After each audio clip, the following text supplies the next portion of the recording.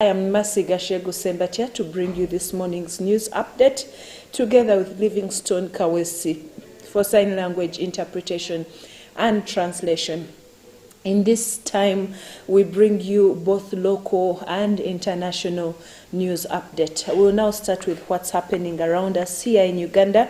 Madivani land at the heart of NSSF fight, according to findings from the Daily Monitor, witch hunt or mismanagement. Labour Minister Betty Among's 9-page letter justifying her refusal to reappoint Richard Byarugaba as to NSSF contained several strong allegations, and they say that in part two they'll look at some of them to find out the facts and the truth. Details are on page 4 and page 5 of today's Daily Monitor. And also, Museveni lists areas of growth. Audit report and unearths rot in government entities. It's all in today's Daily Monitor.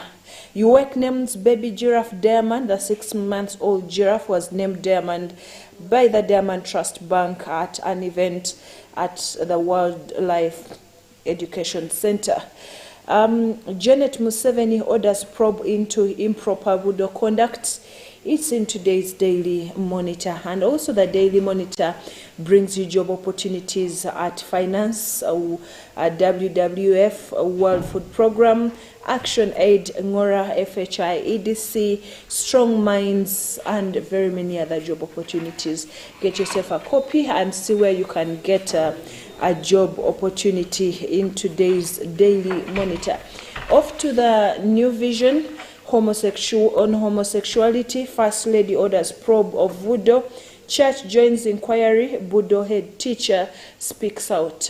Get yourself a copy of today's New Vision on page 5. The Budo head teachers is speaking out of the news that has been making rounds on social media about homosexuality saga in King's College, Budo. Moving on, electricity vendors charged with terrorism, and also Kabale Oil Airport 89% complete. Details are on page 7. Museveni loads officials for service to African peer review mechanism, and also Parliament to investigate NSSF, and that is on page 6. Get yourself a copy and get to know what is really happening in the NSSF sector. In the world of sports, cricket cost Chayonka first-class degree, and also at the Education Expo, they say it is set to revive the sector. They bring you Adnan Khan, the CEO of Medipal International Hospital, Patrick Byakatonda, the director of the Directorate of Industrial Training, Anjuko, the CEO of Stanbic Bank Uganda, Don Wanyama, the CEO of Vision Group, Frederick Chitogo, the principal of Uganda Institute of Information and Communications Technology, and Caroline Tuwezine, the Communications Officer, Research and Education Network for Uganda. These were there during the launch of the Vision Education Expo yesterday. Well, right now, allow me to take you straight into our international news update. I'll now be joined by Livingstone Kawesi for sign language interpretation and translation.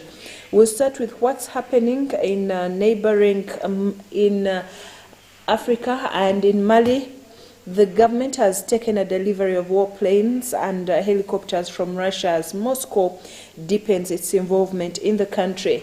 Since breaking ties with France, the military regime in Mali has become reliant on its new ally, which has deployed mercenaries from the Wagner Group, according to multiple sources.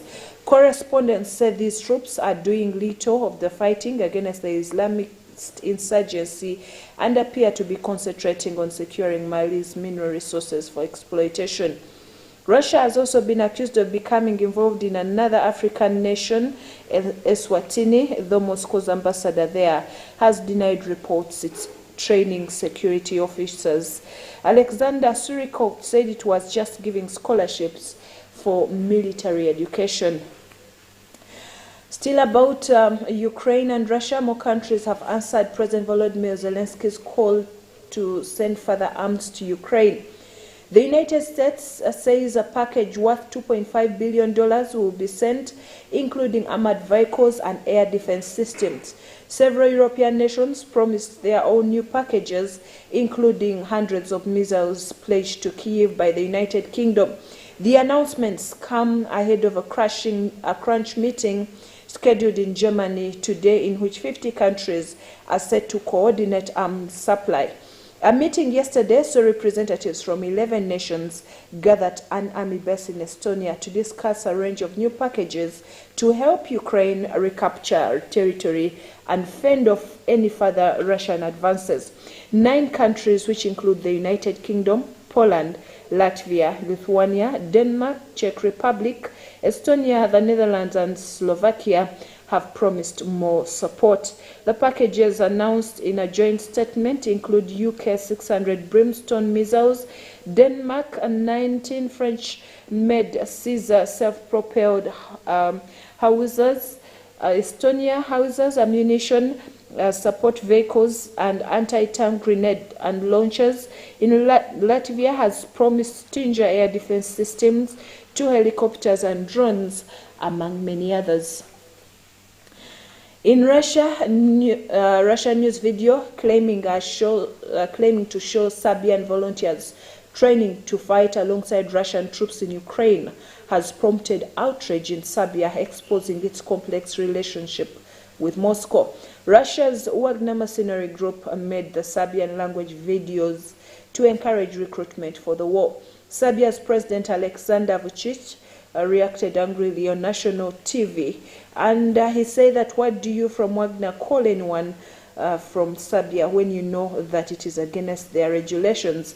Critics frequently accuse Serbia of prioritizing its long-standing friendship with Russia over its ambition to join the European Union. But what has emerged in recent days in Belgrade shows that the picture is not so black and white. Moving on, U.S. air safety officials say that the glitch that led to travel chaos at airports last weekend was actually caused by a contractor deleting files on a crucial computer server used by pilots.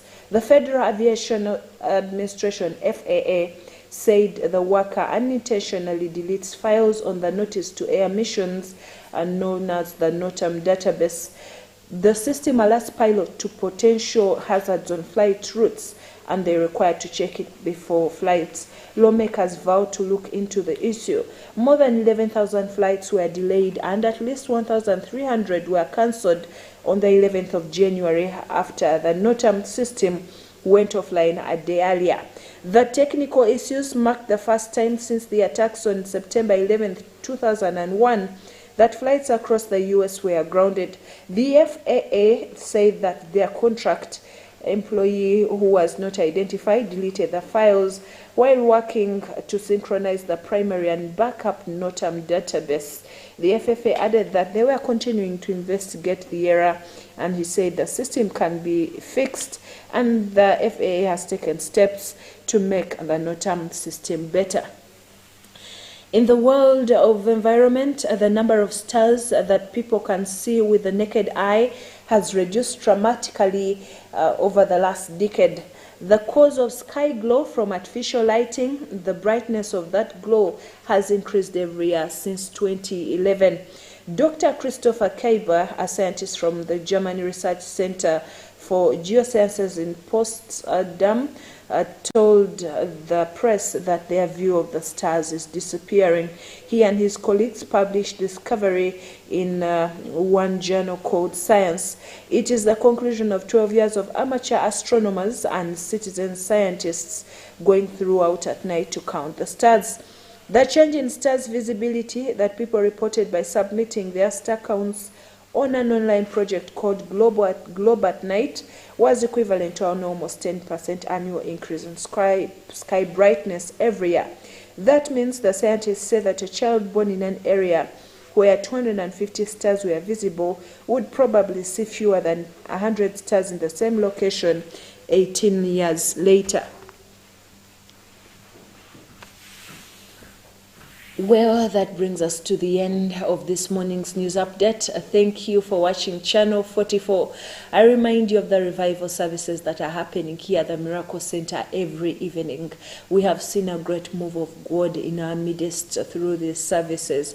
Please join us once again as we partake of the glory of God in these services. Today is Friday.